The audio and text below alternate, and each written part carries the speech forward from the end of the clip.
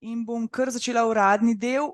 Moj uvod bo danes takšen, da bom napovedala, Brane, tebe, ki spremljaš samo izvajanje storitev osebne asistence, da poveš znotraj te razprave, ki je še čas 2 dni, da se konča razprava javna, o predlogu predpisa, ki je v pripravi na Ministrstvu za delo, družino, socialne zadeve in enake možnosti. Brane, boš začel ali te začnem jaz spraševati? Boš ti, imaš vse rad, da ti govoriš, pa potem so vprašanja. Ti mi sam besedo daj. Jaz ti dajem besedo. Hvala, Brane. Na koncu bom pa povedala, ali želimo še na začetku, kdo vse je z nami danes. Brane, kako želiš? A poimensko? Ni potrebno, ko sem števila. Aha, danes nas je 21 trenutno, 10 pa 1 minuta je. Tako da za tiste, ki ste zdaj minutko zamudili, vam povem, da je snemanje tega Zooma že steklo in bo dobil sedaj naš gospod Brane But besedo. Hvala, Brane, izvoli. Hvala lepa, lepo zdrav vsem skupaj. No, moja naloga je, da vam spregovorim 2 stvari, ki sta med sabo zelo, zelo povezani tudi in pa ki se zelo, zelo dotikata pogojev in različnih stvari glede nas slepih in slabovidnih. Najprej bom omenil bolj na kratko zakon o dolgotrajni oskrbi, potem pa prešel na zakon o osebni asistenci. V zakonu o dolgotrajni oskrbi je bil sprejet letos julija, bil je potem objavljen v Uradnem listu in je začel veljati 3. avgusta letos. Lahko bi tudi na dolgo in široko govoril o zgodovini, več kot 20 let se je zakon sprejemal, bilo je mnogo verzij zakona. Mogoče bo zanimivo, da prvo besedilo predloga tega zakona datira že nazaj do leta 2002. Se pravi, res 20 let, več kot 20 let, da se je zakon dokončno sprejel. Lahko bi tudi govoril o tem, da kak je bilo pri prejšnji vladi zakon sprejet, ko je potem bil oziroma sedanja vlada zavrgla, da tako rečem, in je oblikovala svoj zakon. Nas zanimajo tu predvsem 2 stvari. Eno je, kako je z dodatkom za pomoč in postrežbo, in drugo je, kako je z našimi možnostmi slepih in slabovidnih do dolgotrajne oskrbe. Glede dodatka za pomoč in postrežbo ni odveč, da posebej poudarim, da se že dolgo, dolgo vrsto let, pa ne glede na to, ali je na leva ali desna, dolgo časa že visi naš dodatek za pomoč in postrežbo. Že pred leti so me eni celo učitelji, da strašim ljudi, ko sem govoril, da je v nevarnosti dodatek za pomoč in postrežbo, vendar to ni bilo zmišljeno. V besedilih teh zakonov je bilo predvideno črtanje dodatka za pomoč in postrežbo. Enako je bilo v tistem zakonu, ko ga je prejšnja vlada sprejela. Takrat smo sicer izborili, da je stane noter in da se črta samo 59. člen, če bo koga zanimalo, lahko pogleda. Ampak, ko sem pa dal na pisno vprašanje na zavod, kaj se to sliši? Brane se malo, da jaz gospod Savin Marijo opozorim, da ne izklopi svoj zvočnik, če to gre. Gospa Savin, me slišite? Če se da tole, kar je skozi, se prekriva Branetov glas z... Evo. Ok, hvala. No in ko sem dal pisno vprašanje na Zavod za pokojninsko in invalidsko zavarovanje, kako bo z tem našim dodatkom za pomoč in postrežbo, govorimo o prejšnjem zakonu, ki ga je Janševa vlada sprejela, kako bo ne za tiste, ki ga že imamo in ki ga bomo nadaljevali, ampak z novimi primeri kasneje oslepelih, in odgovora nisem dobil. No, potem pa prišlo, da je ta sedanja vlada pa šla in ministrstvo so šli v akcijo v sprejem novega zakona o dolgotrajni oskrbi, ki je začel veljati, kot sem rekel, 3. avgusta letos, in tudi v tem zakonu je bilo predvideno kompletno črtanje dodatka za pomoč in postrežbo v pokojninskem zakonu. Se pravi, čisto vsi členi, ki govorijo o dodatku za pomoč in postrežbo, posod, kjer piše dodatek za pomoč in postrežbo, v katerem koli členu bi se v celoti to črtalo. In naj ne zveni neskromno, da povem, da smo naš tajnik Štefan Kušar in pa jaz šla v zelo, zelo intenzivno akcijo, klicanje ljudi, tisti, ki poznaš, ki manj poznaš in tako dalje, da bomo o tem dal govoril. Audio na odvojni mute.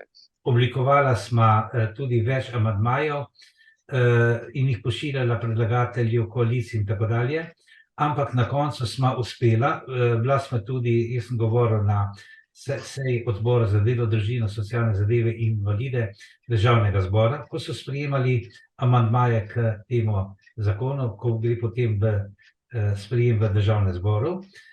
Je sama koalicija dejansko nam prisluhnila, našim specifičnim argumentom, da so bili zelo, zelo tehtni argumenti in je še celo boljši amandma sprejela, ko smo ga pa midva v večjih variantah, ki je predlagala.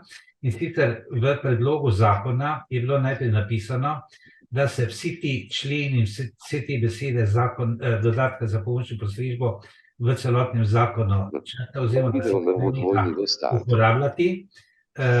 Amandma so pa sprejeli, se preneha vsi ti uporabljati, razen za slepe in slabovidne in vojne invalide.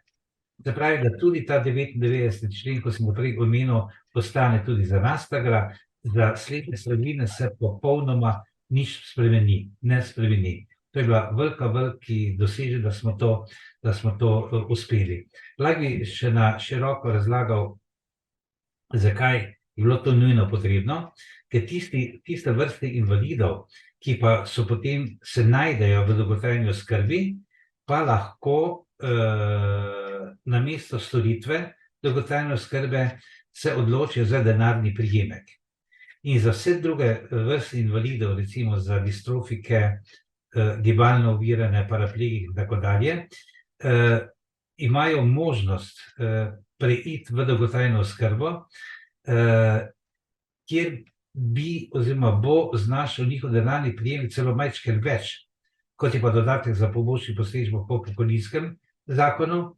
Za nas pa tile kriteriji za upravičenost do dolgotrajne oskrbe so pa takšni, da nas enostavno ne prepoznajo.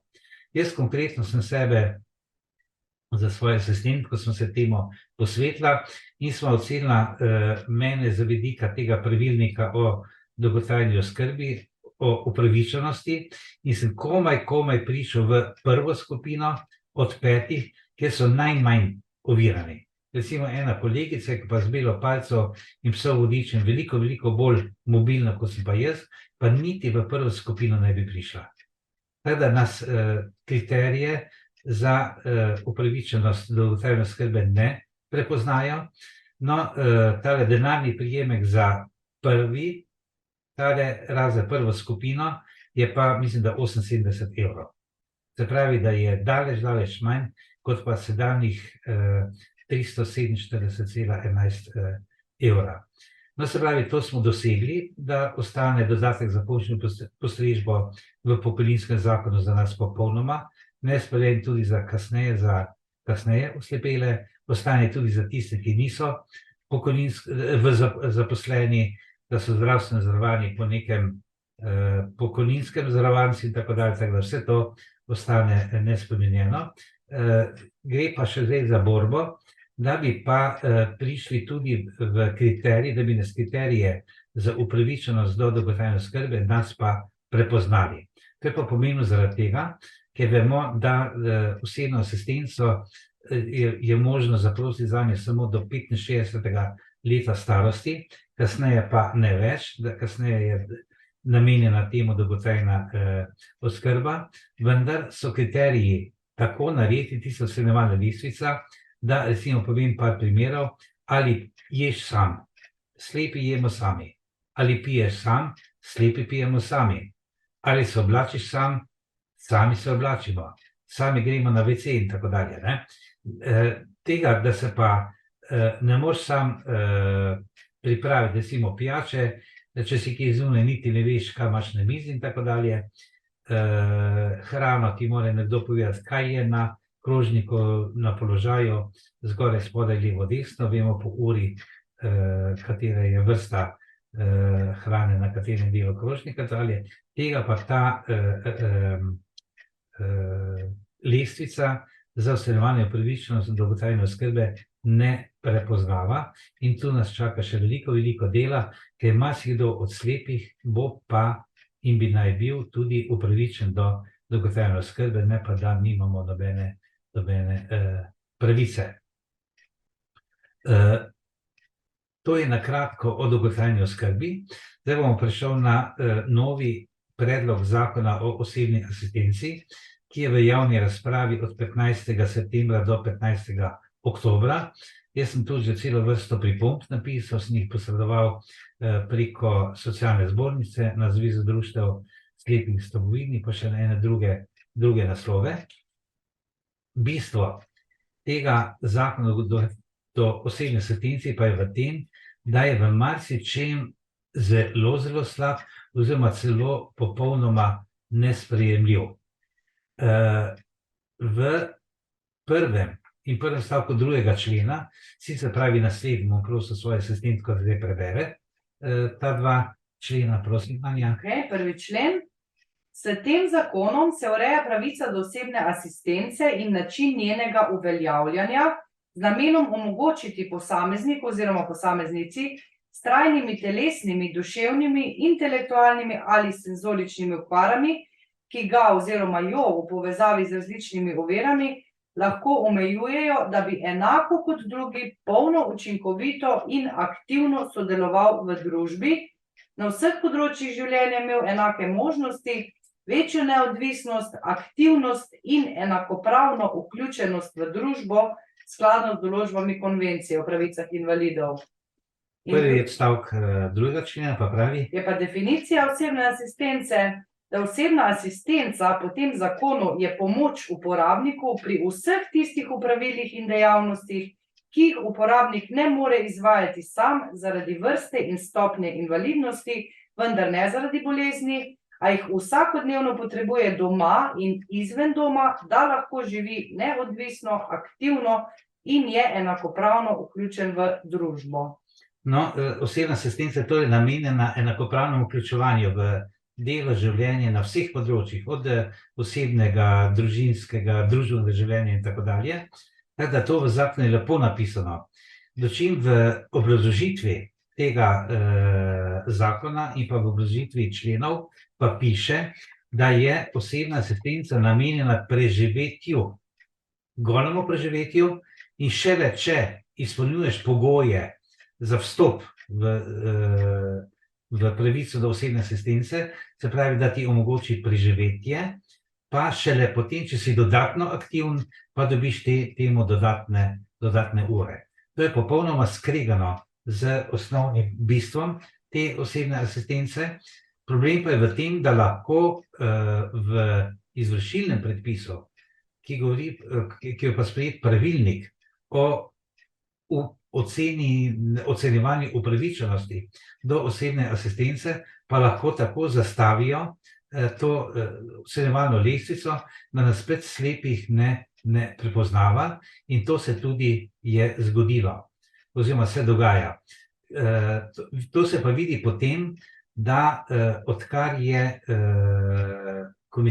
so komisije pri Inštitutu za socialno varstvo Republike Slovenije, ne več pri Centru za socialno delo, to je od marca lani, slepi praktično ne dobijo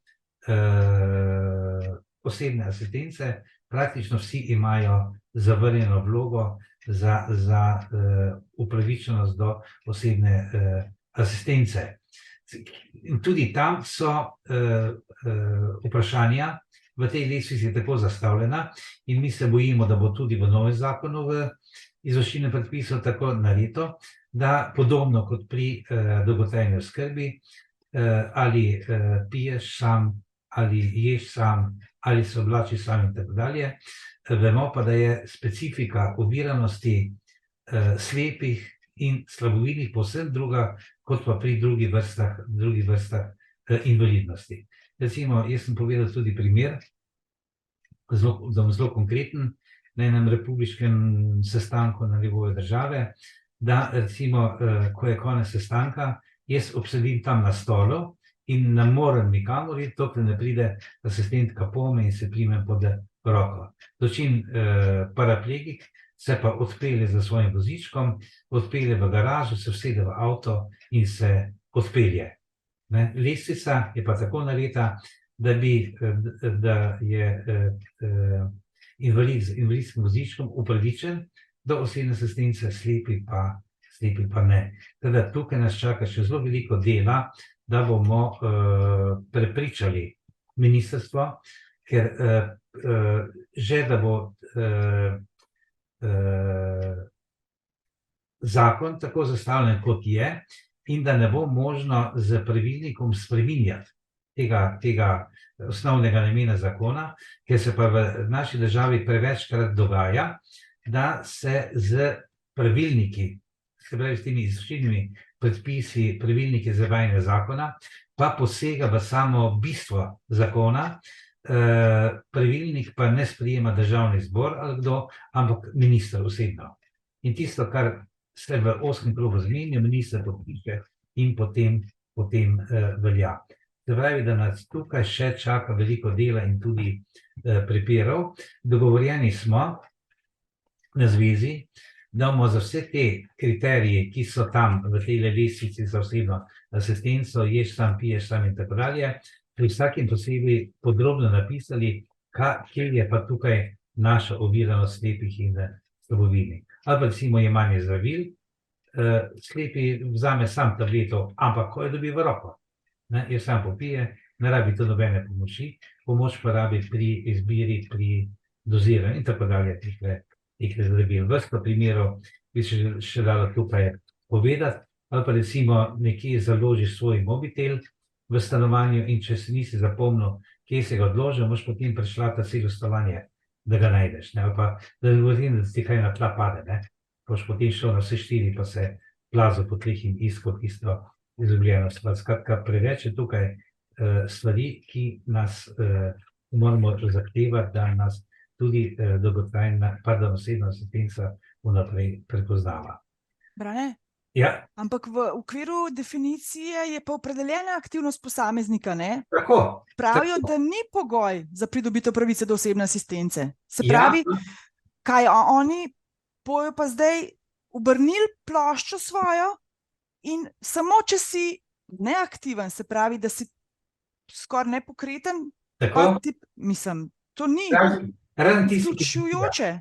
Razen tisti, ki vegetira, bo izločen, vsi drugi pa sam za preživetje je asistentka moja prej prebrala, to definicijo, čemu je namenjena osebna asistenca, vendar v pravilniku o ocenjevanju upravičenosti do osebne asistence pa lahko kriterije tako zastavijo. Bo rekli, vse je vse v redu, če tudi si aktivno, vse imaš pravico pa to, ampak točkovanje, da tako rečem po domače, upravičenosti do asistence, bo pa tako naredilo, da bojo najprej ocenjevali tisto pomoč za preživetje, pomoč pri pitju, hranjenju, odvajanju in tako dalje, in šele potem dodatno, če si aktiven. Se dela zmožen tudi najbrž, ki jih sem to zanima? Kak? Najbrž jih zanima samo dela zmožnost, ne pa vsa področja, ne? Ne, tu niti ne govori o dela zmožnosti. Ne? Ne o dela zmožnosti. Dela zmožnosti govorimo, če kdo sposoben za pridobitno delo. Ta termin dela zmožnosti tam. Ne, v vsaki odločbi, ko imaš bolniški stalež, si ti da zmožen za delo ali pa nezmožnost za delo, ne? Ja, ampak to govori o poklicu, ki ga opravljaš, na delovnem mestu. O tem govori bolniška. Aha, se pravi... Tisto delo, ki ga izvajaš v poklicu. Aktiven pa pomeni, da plačuješ davke in da hodiš v službo, tako? Ne, aktivnost pa pomeni, da ne, bom zelo po domač povedal, da ne čepiš samo doma, smiliš sam sebi, da temu tako rečem, ampak hodiš ven v družbo, v različne aktivnosti, da se vključuješ razno raznih dejavnosti in v medobčinsko društvo slepih, naprimer, da hodiš na različne tudi druge društva, da se vključuješ v na proslave, da hodiš prireditve, in tako dalje, ne, skratka, da se vključuješ v življenje. To je ta aktivnost. Ne?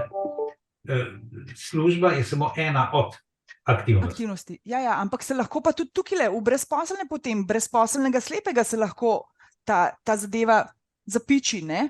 Ja, ne. Ne more? Zaposlitev pa brezposelni, povsem neodvisna od osebne asistence. To je čisto druga. Aha, ok. Osebna Izvoli naprej. asistenca govori o 5 sklopih pomoči invalidov. Prvi sklop je, to je v 7. členu zakona, prvi sklop je osebna pomoč, to je tisto, ješ sam, piješ sam, odvajaš sam in tako dalje, to je ta osebna pomoč. Drugi sklop je gospodinjska pomoč, kuhanje, pranje, nabava teh osnovnih življenjskih artiklov in tako dalje, tu mi že več potrebujemo pomoči, ne? Pri prvem pa zelo malo, ali pa nič noben, ne? Tretji sklop je spremljanje, kjer je zelo, zelo pomembno za slepe. Četrti sklop je pomoč pri zaposlitvi in izobraževanju, ne? In pa 5. sklop je pa pomoč pri komunikacijah, uporaba tehničnih pomočkov in tako dalje, ne? Recimo pri 4. sklopu pomoč pri zaposlitvi, nekdo, ki je zaposlen, bi naj imel pravico do osebnega asistenta, ker da je recimo zaposlen, da predava na srednji šoli, ne? Predava lahko, ne more pa vse tiste birokracije urejati in tako naprej, ne? In zato bi on imel pravico do osebnega asistenta in potem se sklene posebni dogovor med njim, asistentom in pa šolo, tam, kjer je v službi, da ima osebni asistent pravico hoditi na šolo in te stvari pomagati temu invalidu, ne? Nadaljnji huda težava pri osebni asistenci pa je prispevek invalida za koriščenje osebne asistence. V sedaj veljavnem zakonu piše, da to vemo, da uporabniki osebne asistence prispevamo izvajalcu osebne asistence 50%, polovico dodatka za pomoč in postrežbo. To je za nas zdaj v večini primerov 157, pa še nekaj evra. Polovica od 347,11. Po novem pa bi naj v celoti kompletni dodatek za pomoč in postrežbo prispeval uporabnik osebne asistence izvajalcu, ne glede na to, ali uporablja osebno asistenco, kar je minimum 30 ur na teden, ali 24 ur na dan, kar pomeni 168 ur na teden, ne? In mi smo že do zdaj govorili, da je to zelo, zelo nepravično, da bi tisti, ki ima asistenco 24 ur na dan, dejansko ne potrebuje več dodatka za pomoč in postrežbo, ker v celoti mu je pomagano skozi 24 ur skozi 7, ne? Tisti pa, ki ima recimo minimum 30 ur na teden osebne asistence, pa v celoti njegovih potreb ta asistenca ne pokriva, on ima tudi potrebe po pomoči izven teh 30 ur in tu bi moralo ostati nekaj dodatka za pomoč in postrežbo, recimo polovica, tako do sedaj, ne? Se pravi, da bi tisti, ki ima 30 ur na teden, prispeval polovico, tisti, ki ima 24 ur na dan, v celoti vse, vmes pa pač po določeni lestvici. To je spet izredno, da uporabim izraz, krivično narejeno. Navežem pa to naprej skozi ta dodatek za pomoč in postrežbo na tako imenovani komunikacijski dodatek. Do komunikacijskega dodatka so upravičeni slepi, gluhi in gluhoslepi, ki dajo vlogo za ta komunikacijski dodatek in se brez ocenjevanja upravičenosti, se pravi tiste lestvice, jim dodeli ta komunikacijski dodatek, to je pa osebna asistenca v obsegu 30 ur na mesec, to je v povprečju 1 ura na dan. Do sedaj je bilo, da tudi imel ta kompenzacijski dodatek, Samo to je trenutek. povprečno 1 ura na dan, Gospod si Franci, se moral ravno preklopil, sem tako trenutek. plačati polovico dodatka za pomoč in postrežbo. Po novem tem predlogu zakona bi pa tudi v tem primeru moral plačati celotni dodatek za pomoč in postrežbo. Kar je pa povsem absurdno, ne, da bi za 1 uro na dan plačal celotni dodatek. To pride preračunano na 1 uro od teh 30 ur mesečno, pride 11,57 evra na uro. Zdaj, v tej državi plačal za vsako uro te osebne asistence 11,57 evra. In če to preračunamo zaslužek izvajalske osebne asistence na polni delovni čas osebnega asistenta, oziroma delo 30 ur pri drugem in podobno, pa pride zaslužek na mesec 1990 evrov, kar je pa daleč nad bruto minimalno plačo, ki znaša zdaj 1203 cela pa še nekaj evra. Se pravi, da bi tisti, ki ima ta kompenzacijski dodatek, daleč preplačal in on financiral državo. No, že zdaj je ta obveznost polovice dodatka za pomoč in postrežbo dosegla, da ni bilo, kolikor vemo, niti enega v Sloveniji slepega, ki bi koristil ta komunikacijski dodatek, da potem namesto 30 ur mesečno vzame recimo 30 ur mesečno, do prejemka ni upravičen, ker že ima dodatek za pomoč in postrežbo. Če pa vzel teh 30 ur mesečno, pa mora plačati polovico dodatka za pomoč in postrežbo. Po novem, ko sem rekel, če morajo celotni dodatek dati, pa pride 11,57 evra na uro. To je absolutno nesprejemljivo. In lahko pa povem, zakaj je bil ta dodatek za pomoč, polovico dodatka za pomoč in postrežbo pri komunikacijskem dodatku uvedena, je pa v naslednjem. Zakon je bil sprejet februarja leta 2017, začeli se izvajati 1.1.2019, da je omogočil, da so prišli do polovičnega dodatka za pomoč in postrežbo gluhi. Ker gluhi pa niso imeli nikakršne pomoči v dodatku za pomoč in postrežbo, popolnoma nič, in so gluhi bili rešeni s tem, da so dali vlogo za dodatek za pomoč, za komunikacijski dodatek, dobil je priznanega in potem se je odločil za denarni prejemek namesto koriščenja ur in je dobil polovico dodatka za pomoč in postrežbo, pravi 157 evrov. Do jeseni predlani je tako ta dodatek komunikacijski koristil cirka 1200 gluhih. Zdaj, da so skoraj vsi gluhi to koristili in so prišli tako do pač določenega denarnega prijemka. To je to veliki problem. Potem je če se govorimo zdaj o slepih, po tem novem zakonu, je pa vstopni prag glede na vrsto in stopnjo invalidnosti do osebne asistence. V 2. členu je zdaj določeno, kar prej ni bilo. Prej je bilo določeno, da so telesni, duševni, senzorni in intelektualni invalidi upravičeni, da dajo vlogo za osebno asistenco. Po novem zakonu je pa za vse te vrste invalidnosti, nekaj od njih, na ene pa ne, predpisano, kolikšne stopnje mora biti invalid, da sploh lahko da vlogo za osebno asistenco, in ko izpolnjuje ta vstopni kriterij, šele pride v upoštev za odstranjevanje upravičenosti. Pri slepih piše, da je ta vstopni prag 90% telesna okvara.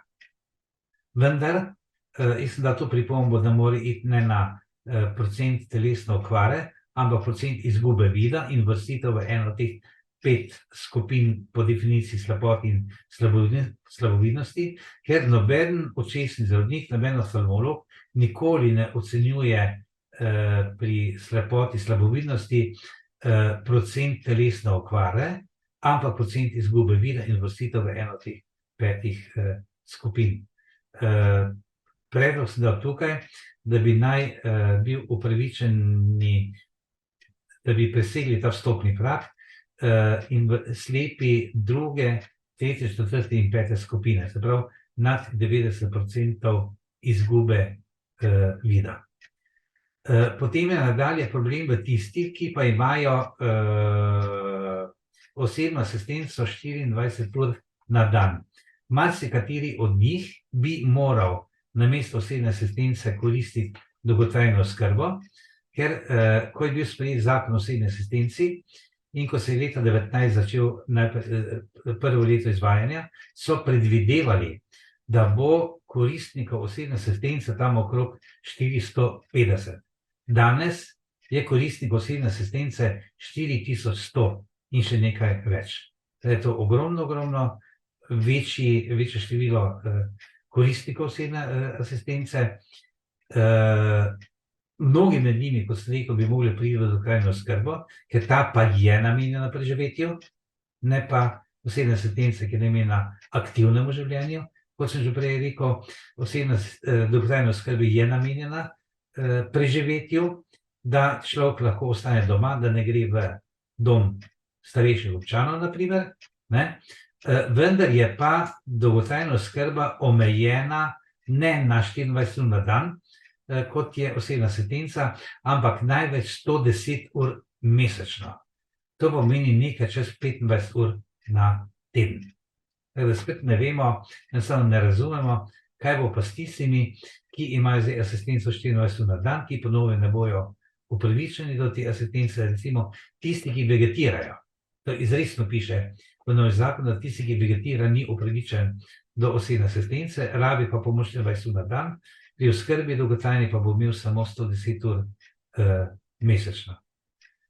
Tako da tu je ena veliko vprašanje, kako se bo to izvajalo.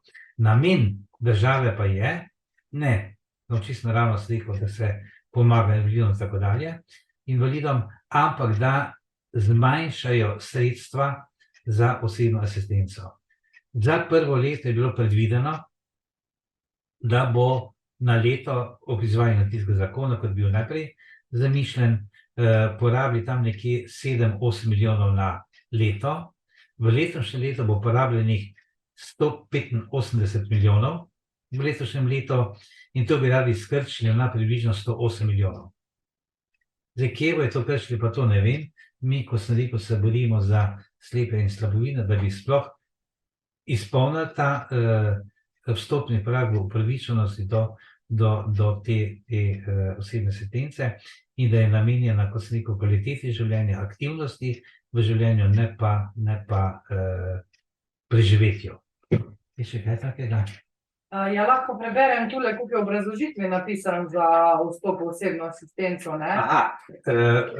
Bo Anja zdaj prebrala to, kar sem se rekel, kar ni v zakonu, zakon tisti prvi, drugi člen, ki piše, da je namenjena aktivnemu življenju. V obrazložitvi, ko sem rekel, ko piše, da je preživetje namenjena, bo pa zdaj Anja prebrala, kaj pa piše v obrazložitvi.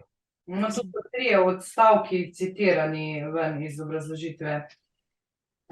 V okviru definicije je opredeljena tudi aktivnost posameznika, ki ni pogoj za pridobitev pravice do osebne asistence.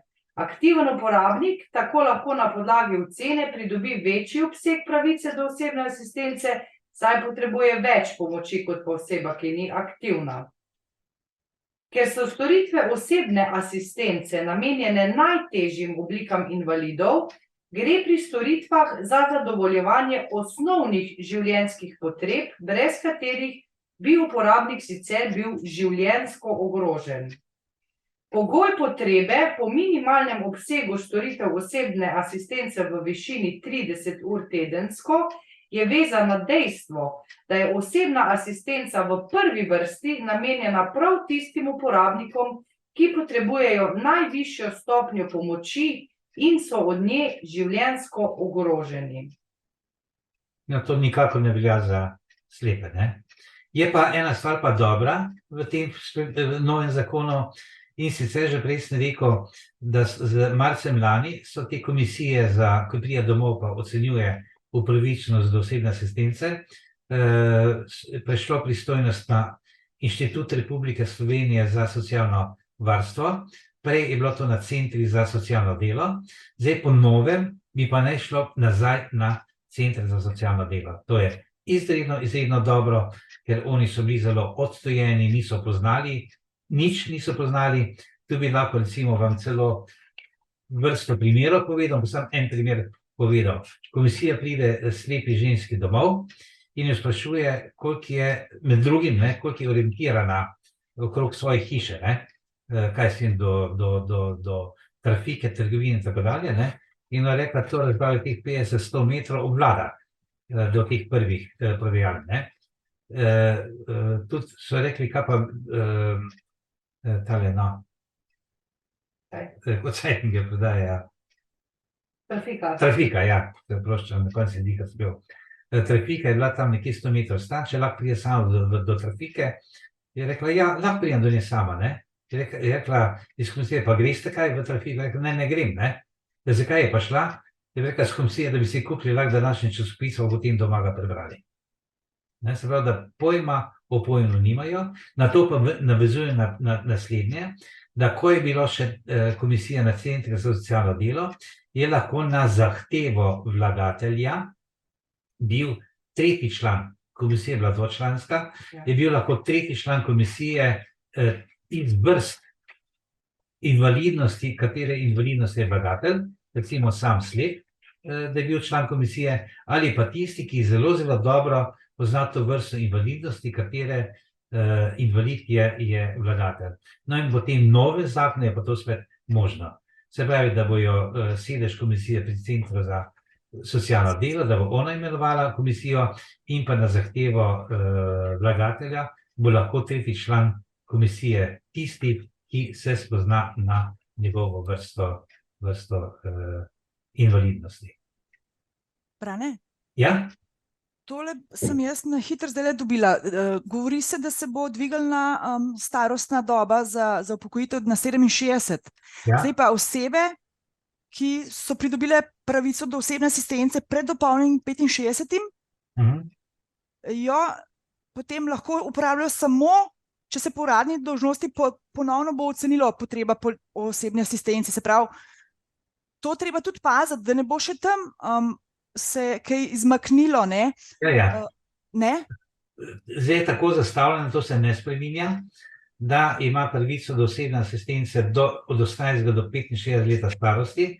To je ravno zaradi tega, ker je v tem, to je najbolj aktivno obdobje življenja človeka, izobraževanje, služba in tako dalje. In tudi v tem se vidi namen osebne asistence aktivnemu življenju. In ko si star 65 let, se pa ponovno oceni, ali in koliko si še upravičen do osebne asistence. Ali enako kot prej, ali manj in tako dalje, tako da se takrat to po uradni dolžnosti ponovno oceni. Zato jaz mislim, da oni gledajo to aktivno, da plačuješ, da si deloven, Ne. Ta starost je namenjena v vseh primerih, ne glede na to, že greš prej v penzijo in tako dalje. Aha, okej. Na golo starost 65 let. Laično, okej, razmišljanje, okej, prav. Da se lažje prej upokojiš, če imaš polno delovno dobo, in podobno, Ne, je 65 let, 65 let je tudi tukaj ni za vse enako, ker recimo 65 let se zdaj šteje, da si po 65 letu nesposoben za pridobitno delo, zdaj bi naj bilo to do 67, kar si prav ugotovila, recimo ženske, pa so nesposobni za pridobitno delo pri 63 letu starosti. Kar bi njih moglo biti, da bi se pri 63 letu ponovno ocenilo upravičenost do osebne asistence in tako dalje. To je več takih še nelogičnosti. Je pa ta predlog sprememb in dopolnitev pokojninskega zakona, ko pa tudi ne vemo, kaj bo sprejeto, kaj ne bo sprejeto in tako dalje, ker teh 67 let pa velja za tiste, ki še nimajo 40 let delovne dobe. Da bodo do 67 leta. Lahko se pa že prej upokojijo, ampak z malo si otegljajo in tako dalje. Brane, so mogoče znotraj kakšnega poglavja še podrobno zapisali kakšno urejanje postopka za uveljavljanje pravice do osebne asistence. Prej je bilo to pač določeno, da lahko vlagatelj vloži vlogo največ 4 mesece pred 18, Ja, Se je kaj razširil nabor dokazil, ali zmanjšal, so mogoče to je takole. Čisto na Antropologi? začetku. Čisto na začetku je bilo dovolj, da je dal vlogo.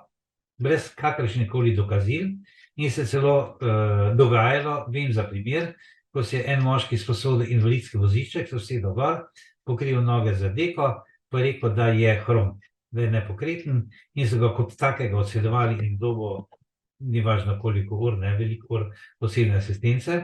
Potem so te spremembe zakona prinesle, da moraš dokazati to svojo oviranost, ne, in zdaj je pa to še bolj natančno določeno.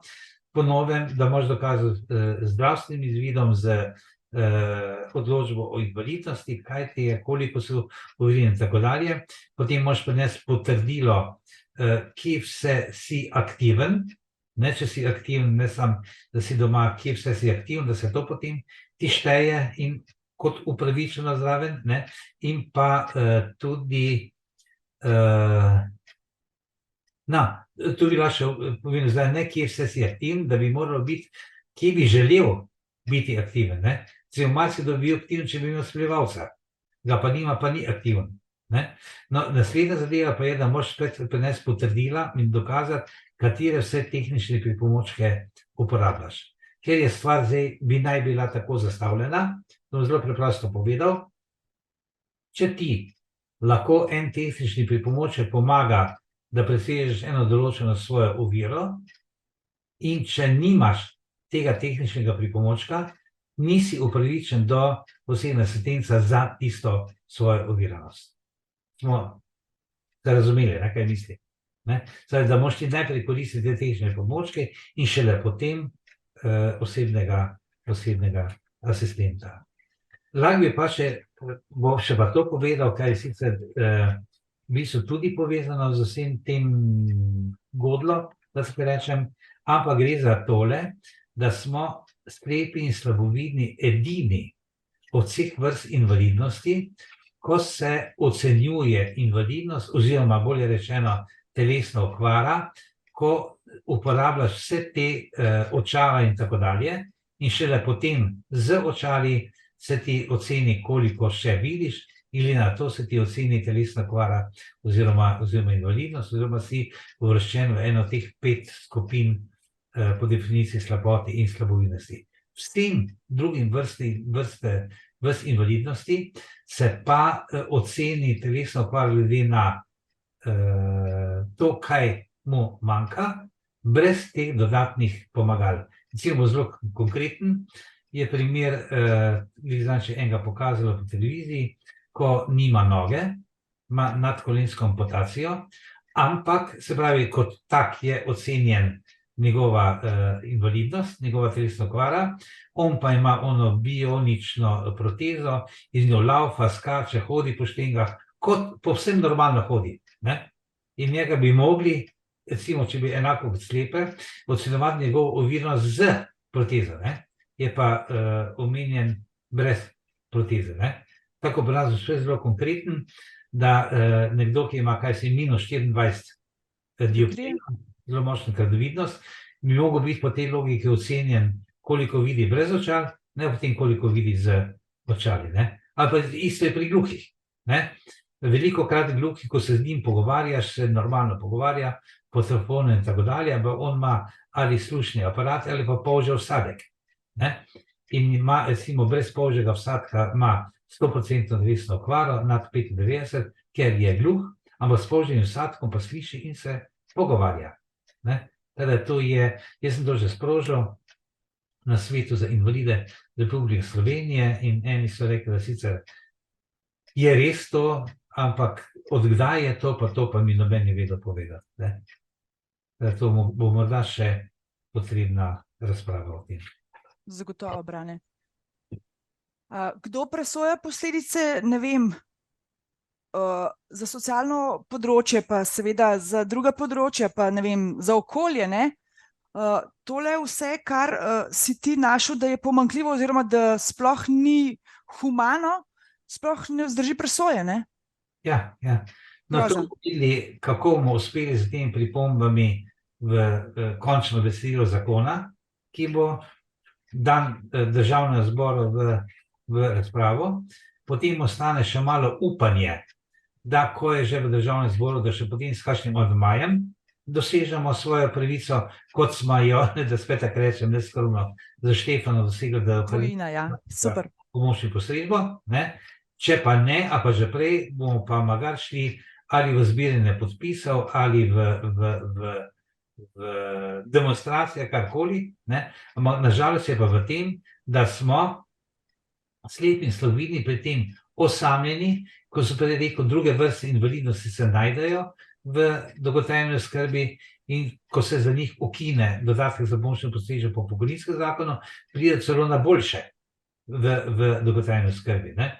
Recimo konkretno, en, ki ima tisti dodatne motnje, ki ima ekstra dodatek za pomočno postrežbo, kot temu po domače rečemo, ne? Zdaj dobiva 490 evrov, skozi dolgotrajno oskrbo, prijemek za tisto skupino oviranosti, bi pa dobil 499 evrov. Se pravi, malo več celo, kot je pa sedaj, ne? Tako da je to res, smo slepi tu izredno nepravilno, nepravično, diskriminirano, čisto ta izraz. Ja, bi še kdorkoli kako vprašanje postavil? Prosim, izvolite. Tam ima en Goran gor roko. Ja? En Goran ima gor roko, pravi. Ja, pozdravljam, Brane, eno vprašanje. Ali ste probali, da se povežete s kakšno politično stranko, ki je naklonjena bolj invalidom?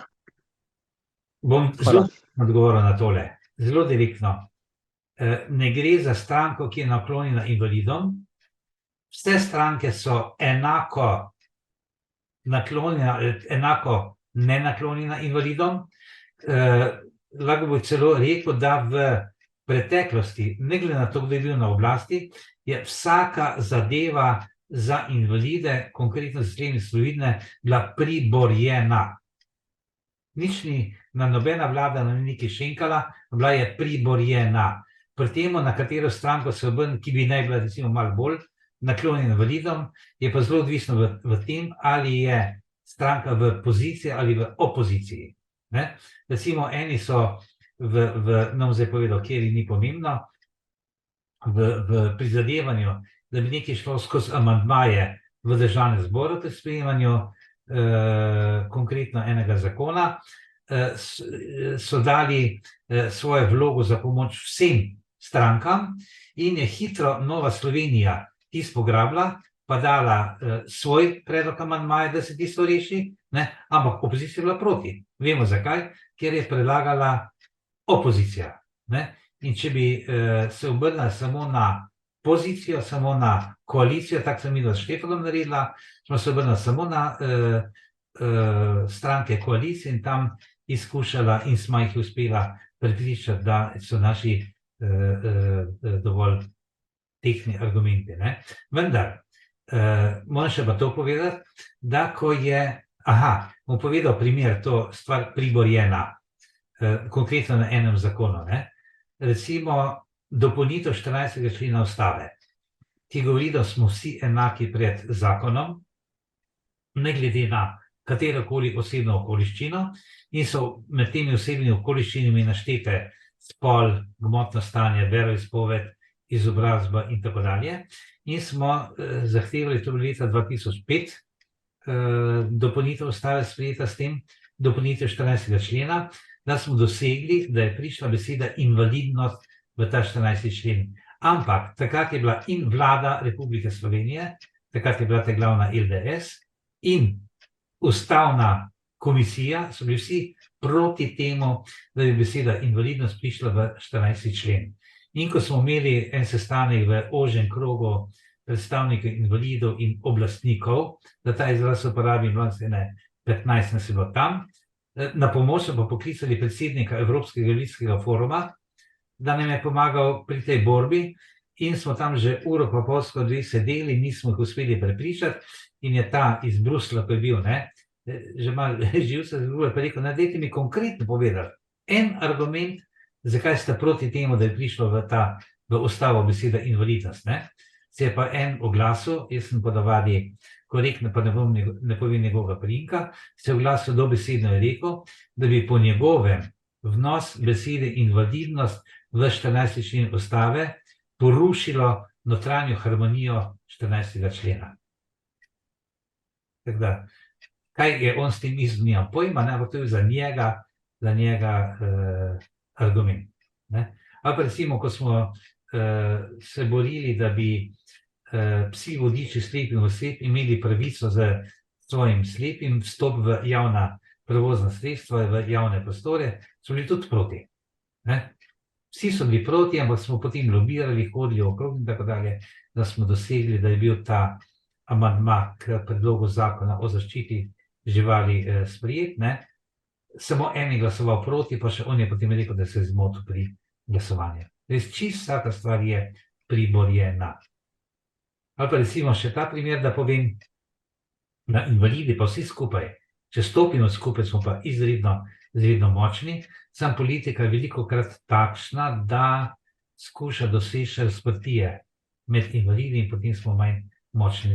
To, kar upam naravno spovedati. Recimo primer, ko smo stopili skupaj, leta 2002 je bil sprejeman zakon o invalidskih organizacijah. Mi vse invalidske organizacije smo bili absolutno za to, da se sprejme, ne bi zdaj razlagal zakaj, in to zaradi financiranja iz FIHA, ampak ena invalidska organizacija, dve so bile pa proti temu, bila so lobirale pri poslancih in smo šli invalidske organizacije v zbiranje podpisov za sprejem tega, ne proti sprejem, ampak za sprejem tega zakona in smo zbrali 64.000 podpisov za referendum, največ od vseh dosedanjih zbiranja podpisov, karkoli je bilo zahtevkov za referendume, ampak ker smo zbrali 64.000 podpisov, jasno, nismo šli potem v referendum, da bi glasovali za sprejem tega zakona, ampak bil to hud pritisk na poslance, da so potem soglasno sprejeli zakon o invalidskih organizacijah. Lahko bi še vrsto drugih primerov povedal, da je vedno se treba boriti za te naše pravice, ugodnosti in tako dalje.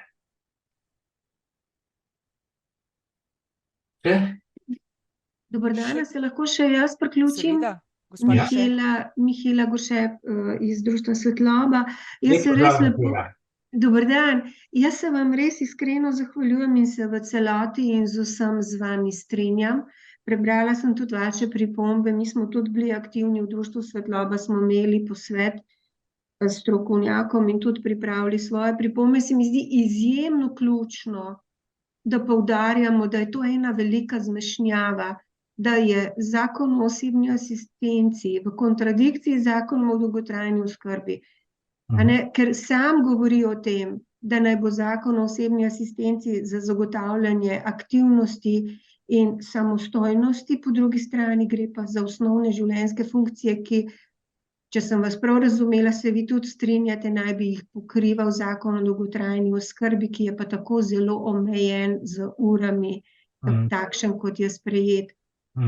Se mi zdi to ključno, da na tem vztrajamo, Morda pa v razmislek, mi smo razmišljali celo o tem, da pri DPP-ju, da se predlaga ali tretjina, če imaš 40 ur, kar ima mnogo slepih, je to 8 ur na dan, poleg tega, da ti vikend še ostane, ko moraš nekako sam poskrbeti za svojo aktivnost in samostojnost, da se plača po tretjinah ali celo po urnih postavkah. Da se preprosto prispevek na uro zračuna, pa kdor ima 40x40, kdor ima 50x50, kdor ima 30x30. Pa še ena stvar se mi zdi ključna, da ni razloga, da je ta zakon omejen navzdol s 30 urami. Verjetno bi bilo za slepe. Nekateri slepi potrebujejo več, nekateri slepi, vsaj pri nas, so pa izrazili željo, da bi jim bilo tudi 20 ur tedensko dovolj, polovični čas, odvisno od osebnosti tudi. Ja, jaz sem vam zelo hvaležna, Ja mi pa dovolite, zelo spoštujem vaše delo, zelo, Da samo dodam, da smo pri DPP-ju tudi mi lobirali pri vseh poslanskih skupinah, da smo bili tudi mi v parlamentu, takrat, ko se je zakon sprejemal in diskutiralo, pa Tomaž Vrabar tudi je dal vse od sebe, a ne. Tako da z vseh strani smo bombardirali, da je DPP ostal v okviru zakona. To bi htela, ko je bil Tomaž zraven, to je bilo pri tistem zakonu, ko ga je Janševa vlada sprejemala. Ki zdaj ne velja. Takrat je bilo to. Vem, ko sem jaz bil tudi na seji odbora. Ja, takrat je bilo sprejeto, a ne, da invalidi, slepi in slabovidni pa vojni invalidi ostajamo znotraj zakona. Takrat je bilo sprejeto, da se črta samo 99. člen. Tam je bilo zelo taka malo nerodna rešitev, ko ne vejo, kaj pa s tistimi kasneje oslepilimi. Kada zdaj pa ostalo v celoti vse za slepe nespremenjeno. Ja, in zelo se strinjam z vami, skupaj moramo držati. Če ne držimo skupaj, invalidi, smo šibki in to zakonodajalcu zelo ustreza. Tako da hvala lepa. Prav. Mogoče še kdo, kakšno vprašanje? Surrently unmuted, Alt plus A, mute, surrently unmuted, Alt plus A button. Franci neki pritisnil? Ja. Brane, samo da te lepo pozdravim. Ja? To. Živijo. Nimam drugače kakšnih pripomb. Ja. In vsem drugim tudi lep dan. Enako, gospod. Je potem vse bilo razumljivo, kar je bilo povedanega. Brane, pričakuješ še kakšno vprašanje? Ja? Ja, mogoče bi Nika, ko bo vse to sprejeto in bomo videli, v kakem besedilu bo novi zakon o visualizaciji sprejet in ali bomo uspeli pri pravilniku ustrezno pri dolgotrajni oskrbi, da se potem spet dobimo skupaj. Absolutno, Brane. Mogoče bi se dotaknili še ene stvari, kako se pa na to odzivate, da se po 5 letih naredi revizija. Če smo slepi, slabovidni, pri nas, ki imamo pa redke genetske bolezni, pa so pa bolezni progresivne, če že nisi slep, boš pa v roku prihodnjem, ne bom rekla kdaj, a ne. Pri nas se v bistvu okoliščine nič ne spreminjajo. Zakaj bi bila potrebna revizija vsakih letih? Slepi ne bomo spregledali. Ja, pri nas se ne bo Ta resolucija je za vse uporabnike osebne asistence. Ne moreš reči, kaj zvem, za distrofike, ja, za slepe, ne, in tako dalje. Vse se potem ugotovi, ali so še ali pa ne. Verjetno bo ta prva revizija zelo boleča, ker je pa res, da pri marsikjeremu pa je dobo osebne asistence, ko pa ni upravičen. Bo kot čiščenje, a ne? Pri slepih, zelo konkreten. En od slepih kolegov, ko je blazno aktiven, vsakodnevno in tako dalje, je dobil 30 ur na teden, en pa, ki je pa v penziji, ki praktično pa ni nič aktiven, je pa dobil 80 ur na teden. Ja, tudi 80 ima kakšen slep, bog, nisem vedela. Ja, so to take razlike, ko niso prav, da so. Brane, če lahko še tako vprašam, kje so zdaj gluhoslepe osebe v tem zakonu? Kje se oni lahko prepoznajo? Gluhoslepi? A hočeš pogledati tam člen, če govori o gluhoslepi? Drugi člen, drugi stavek. Kar se tiče gluhoslepih, so napisani pri komunikacijskem dodatku, slepi, gluhi in gluhoslepi. Pri gluhih je vstopni prag, tako sem prej rekel, da je pri slepih 90% telesna okvara, je pa pri gluhih 75% izguba sluha. Takle piše, to kdo je invalid po tem zakonu, tale ali ne. Oseba z ugotovljeno najmanj 90% telesno okvaro zaradi izgube vida ali 70% telesno okvaro zaradi izgube sluha. Ali najmanj 80% telesno okvaro, s tem, da je najnižji odstotek posamezne telesne okvare, ki se sešteva vsaj 70%. Slepogluhi pa niso. Slepogluh pa tule ni posebej omenjen, Aha. ne? V tem členu, ki govori, kateri so invalidi, ne, ki so upravičeni, Branko, gluhoslepi niso. Goran. Goran. Pardon, ja, Goran. Niso napisani. Ja, razumel se, hvala.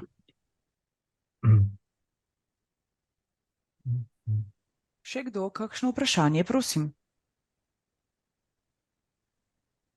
Držimo pesti, da bo čim bolj šlo skozi. Pa samo še Absolutno.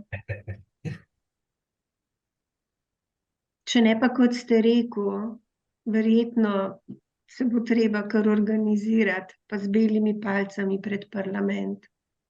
Recimo, jaz sem tu... Jaz vas, gospa, podpiram, moramo se zbrati, pa tam, kot smo včasih bili na enem protestu, pa je bilo veliko invalidov. Tako. To je bilo 2000, pa še ne vem, katerega leta, ampak smo bili veliko nas. Tako. Ja, res, moramo se organizirati, moramo si pomagati in tole ni, to je zelo nesprejemljivo. Da bi se obrnil na tiste stranke, ki so bolj naklonjeni invalidom. Jaz trdim, da nobena ni. Vsi veste tule, ko morajo ministrstva šparati. Tako je. Golob naročil, da morajo vsa ministrstva znižati svoje sredstva za 4%. Rezultat je bil pa tale, da so ministrstvo za pravosodje in ministrstvo za kulturo ena znižala za 4 milijone, ena pa za 3 milijone. Nič od niča. Zdaj pri tem predvidevanju, kje bojo pa dobili denar za te minuse, ki jih imajo, pa poplave pa to, pa predvidevajo, da socialne transfere ne bojo valorizirali. Da ostane v sedanji višini, ne glede na inflacijo, kakva bo, ki je višja, kot je v Evropski uniji, še vedno, tam nekje letošnja bi naj bila 8%, pa še nekaj, in hočejo najbolj revnim, na račun najbolj revnih, zbirati denar, Vse to je tisto boleče. In to levica, ki bi bila najbolj, morala biti socialna, da ta izraz uporabi.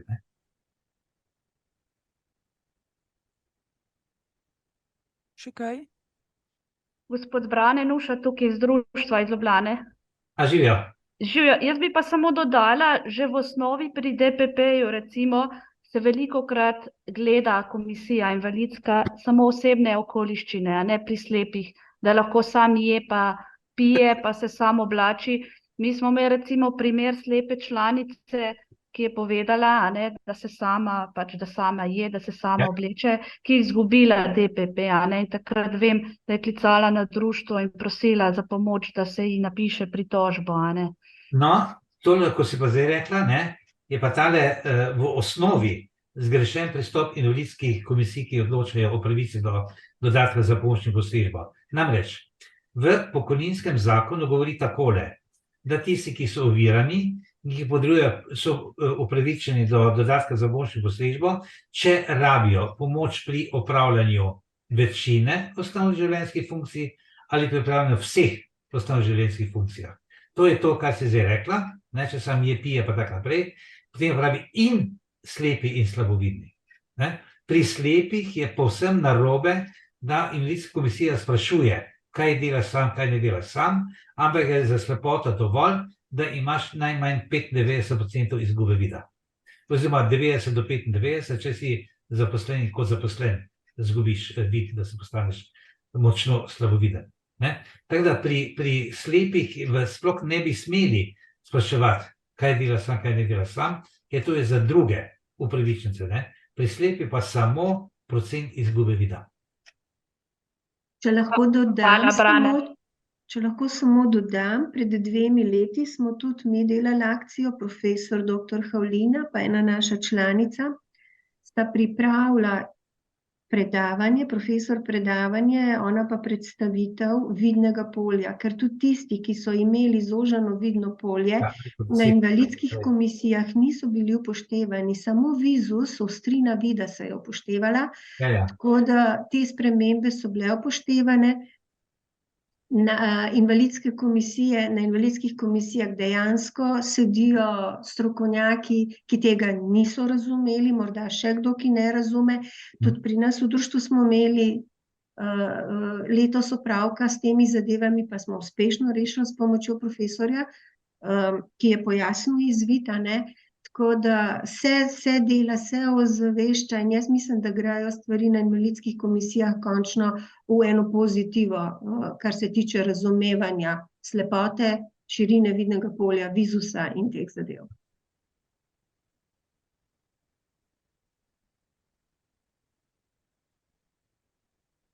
Da ne bo tišina, bom še enkrat se oglasila.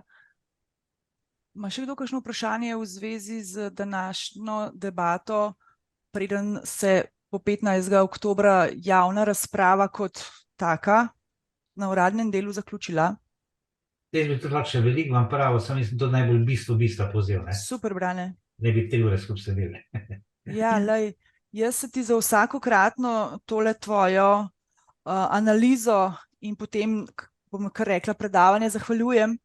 Jaz upam, da se ljudje po tej poti marsikdo informira o čem, kar prej ni vedel, in da s tvojo pomočjo in s pomočjo tega Zooma pride do informacij, ki jih nujno potrebuje, da ve, kaj so njegove možnosti, pravice in tako naprej. Hvala, Brane, res. In tako, kot si rekel, če bo potrebno, ko bo sprejeto z OA, narediva še en pogovor, drugače pa bom zdaj napovedala zadevo, ki bo preko Zooma, pa vendar ne bo Zoom kavica, bo to projekt promocije slovenščine in brajica 27.10. ob 10. In pa v novembru, drugi petek v novembru, pa bo naš gost Tomaž Cviter, profesor matematike in fizike, in bomo lahko govorili in spoznavali zadeve, kot so astrofizika, matematika, vse povezave s tem in o zadevah v vesolju, katere so meni, pa mogoče tudi marsikomu od vas, nepoznane, nepredstavljive. Tako da ja, drugi petek v novembru bomo govorili o vesolju. To je to z moje strani, ura je 11:07, jaz se od vseh poslavljam, držim pesti, da Brane se začne. A pa še to dodajam, gospe Goršetovi, ne samo skupaj, da moramo stopiti, da morajo stopiti, da morate stopiti invalidi, ampak ljudje, tisti, ki nam je mar, da skupaj stopimo vam v pomoč, da vam pridejo pravice, kot vam grejo in tako naprej in tako dalje. To sem želela. Hvala. Hvala lepa za vse. Nasvidenje. Nasvidenje vsem. Hvala lepa za vsem. Pozdrav.